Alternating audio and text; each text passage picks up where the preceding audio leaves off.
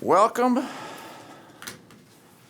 to the most irrelevant press conference of the year. Just so you guys know. Yeah. So who you But we're abiding by league rules. So who are you taking at number 10? As long as Don't know yet. So we got that out there. What about Locke, Haskins, Daniel Jones? What about them? Your thoughts? They're on the board. Do you plan to have a quarterback in this draft? I don't know yet. John, does your acquisition of Joe Flacco speak to your evaluation of this year's quarterback class? No, we had an opportunity to add Joe, and so we thought that he would be a good fit for us. And so we thought the price was right, and so we're happy to have Joe. This draft's considered top-heavy with defensive players. What is your year as you've gone through this process, and more specifically with linebackers, defensive, or outside rushers? You know, I think that every draft is different. This is obviously there are some more defensive, linemen, outside pass rushers in this than in the past. So, that's probably the deepest part of the draft. But there's a lot of good football players in the draft. So, John, hopefully find out. sitting at 10, is there a floor that you would, if you want to move down, that's too far? We'll see. I mean, I think that it all depends on how far you can go back and who wants to come up and, what the compensation is, So, but yeah, I think there's a certain level that you want to go back to, Obviously, there's still information, and we'll have a lot more information the closer we get to Thursday, kind of find out where people sit. But, I'm fine at 10 too, so we'll see what happens. John, in the last few years, have you changed the way you evaluate and research quarterbacks? And if so, how have you changed?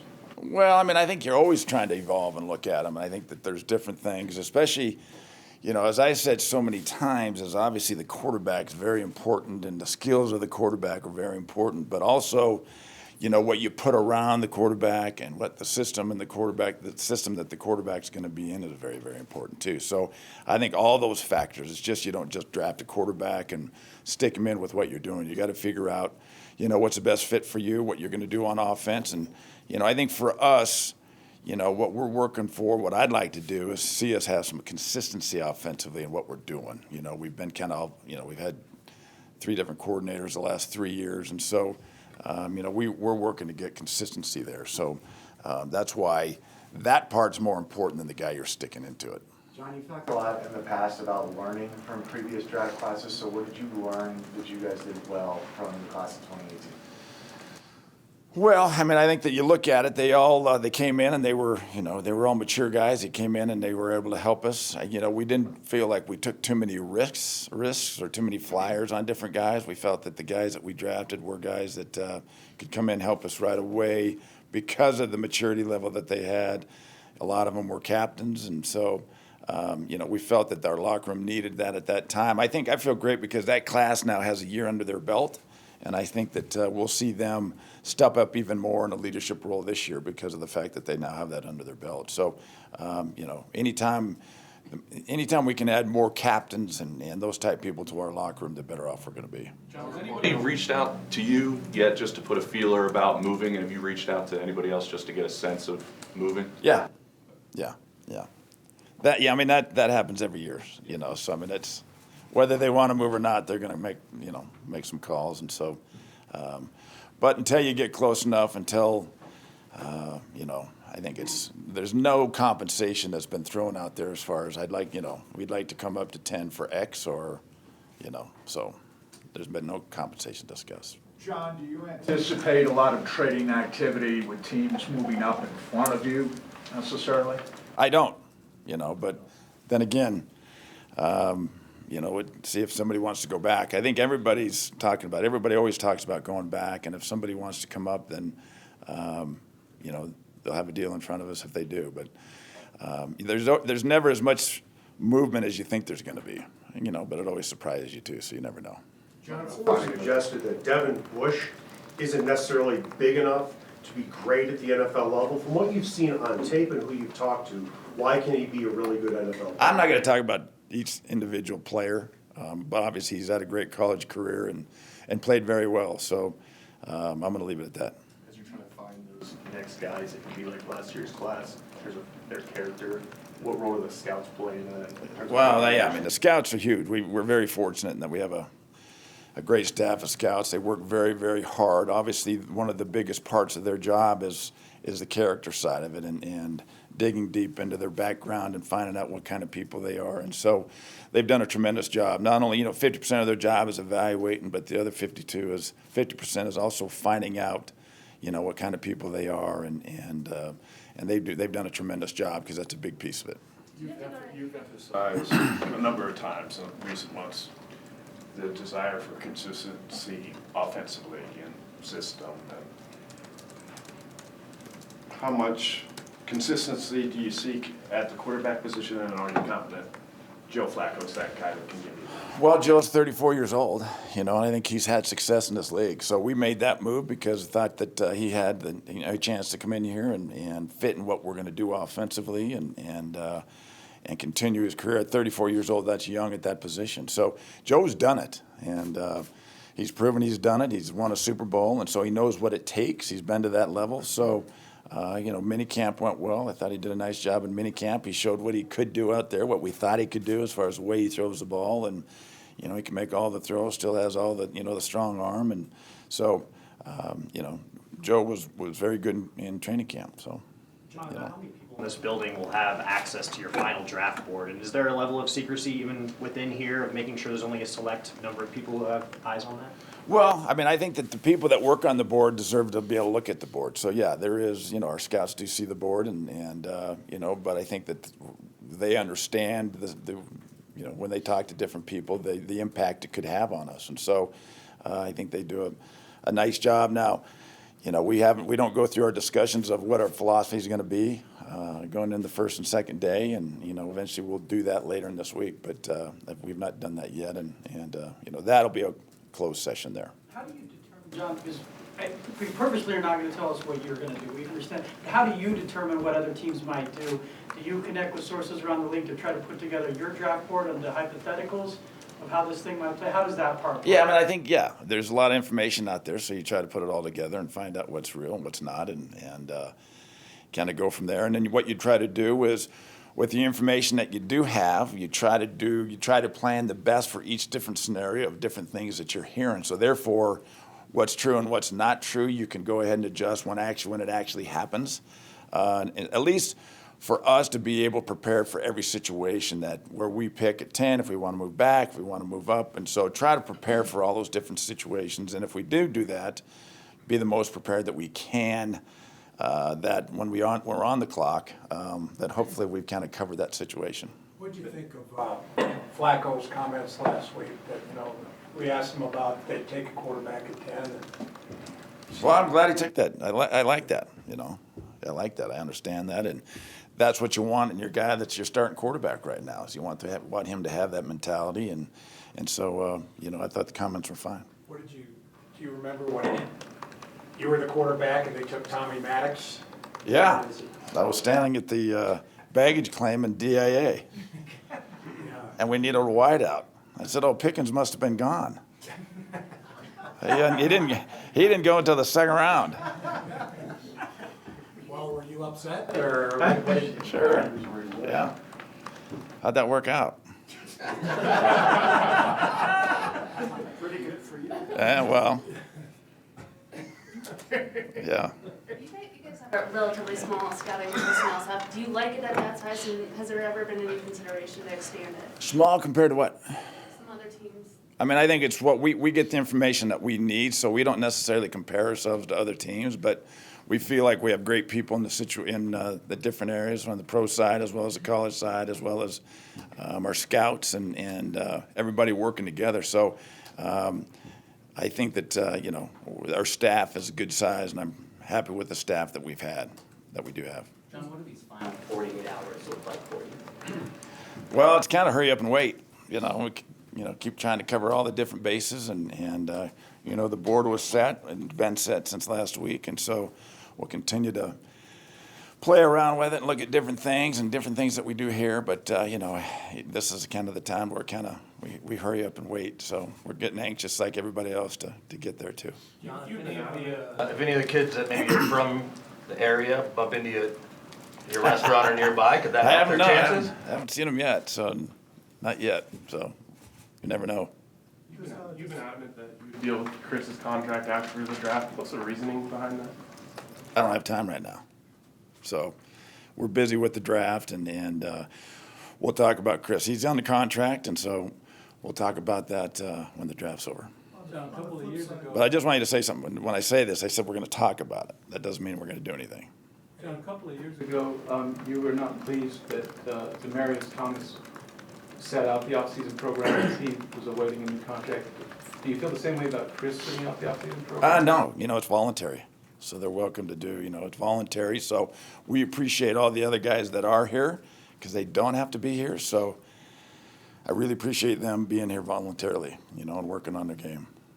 Do you see a scenario where you might trade Chris if things wouldn't work out? I haven't even thought about that, Mike, so no, I haven't got there. So like I said, we'll talk about Chris's contract when the draft's over and see what they're looking for. Because of Vic's background, does he carry a little more weight, or can he pound the table for a defensive guy if he wants? Well, yeah, Vic's been very good on the defensive side and had a lot of success there. So obviously, we're getting to know what he does defensively and on the personnel side. So, yeah, there's a lot of conversation with Vic and what he's looking for. And so, and plus he's proven that he's been very good on that side. In this process, John, is his role the same as previous head coaches you had, or is it different, larger? Different? No, it's the same. Everybody has the input. All the coaches have had their input. We've had everybody rank all the different positions and have involved the coaches as well as, and then Vic will be right in the middle of it also too. So, I haven't had a chance to sit down with Vic, but once we get closer, we'll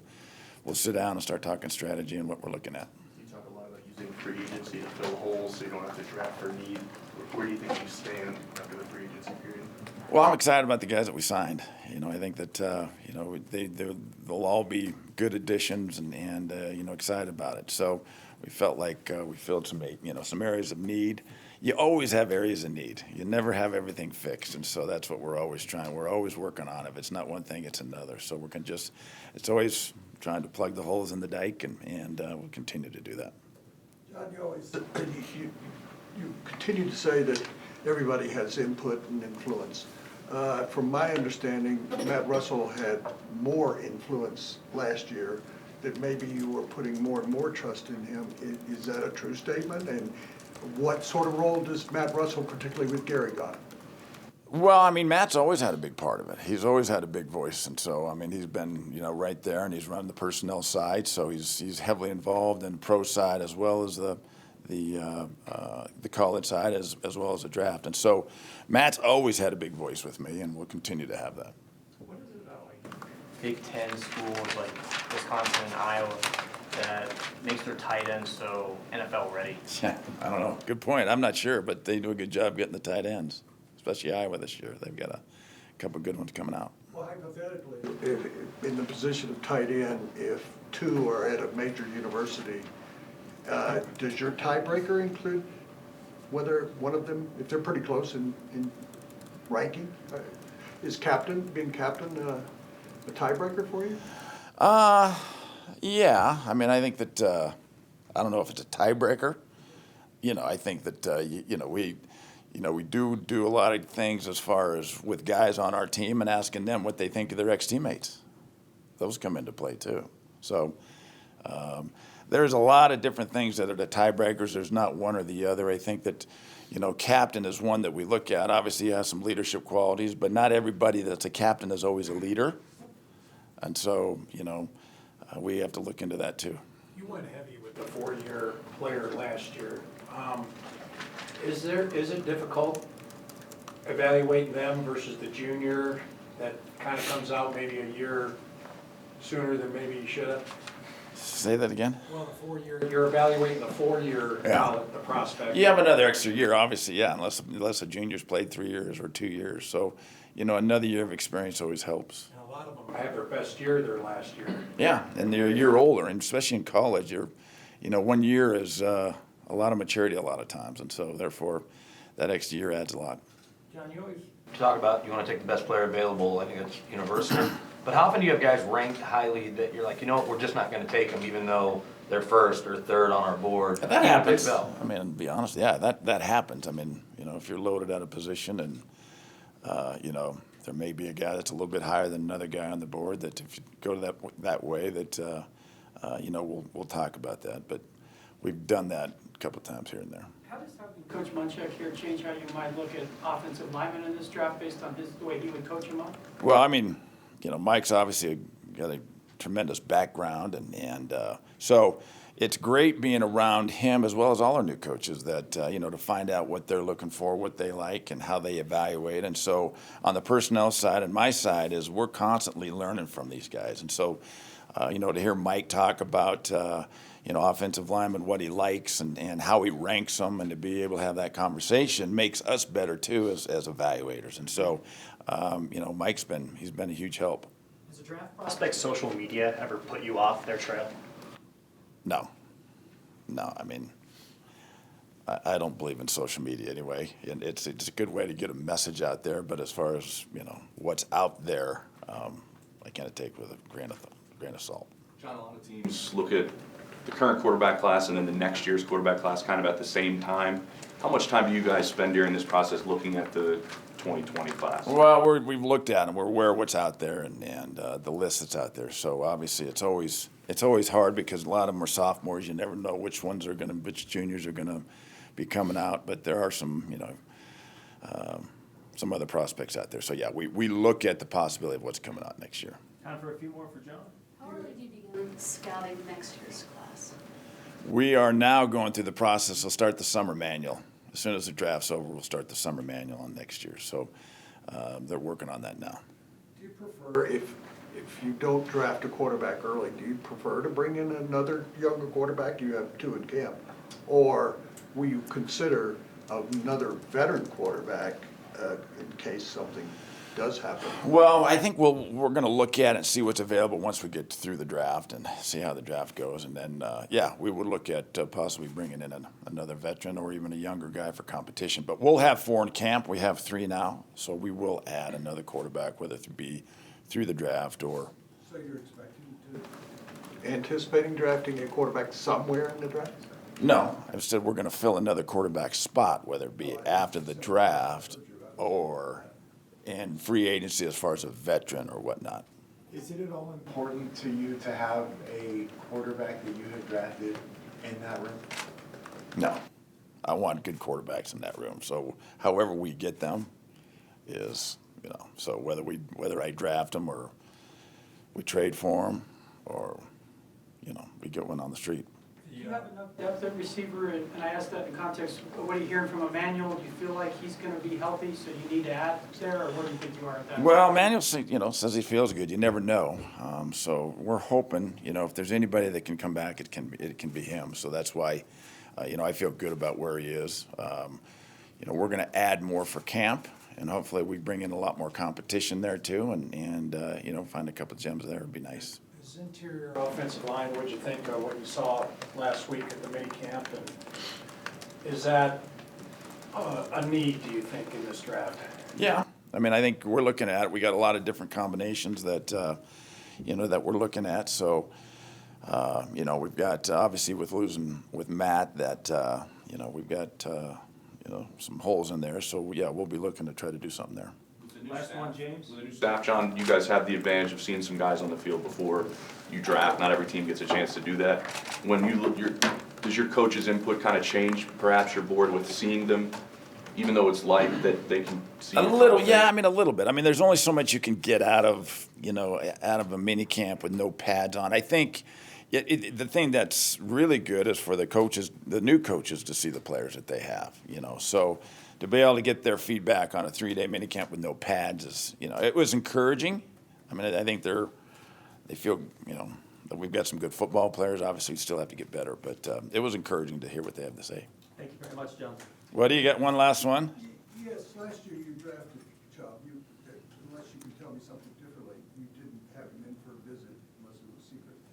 Are you more comfortable, though, having had a guy here for visitation or at the combine or Senior Bowl than you are drafting somebody that you haven't seen before? Yeah. We get to know them. I mean, I think that you want to get to know them, the best you can, and So the more we're around them, when we have them in, then we have a better idea to get to know them. Now, a lot of times the character's spot on, and we feel like, okay, we don't really need to bring them in because we know the background and there's not anything that we've heard negative on the kids. So therefore, in those situations, we don't feel like it's really if we talk to their coaches. So you had enough information on Cheltenham last year that you didn't feel like you had to connect with them? Correct. Yeah, we don't feel like, I will say this, that I don't feel like we have to have a guy in here to draft him, if that's what your question is. We do. Well, that would narrow it down for us if you said. I know, exactly. So that's why I'm telling you. Proof was last year that we don't have to have him in here. All right? All right, thank you.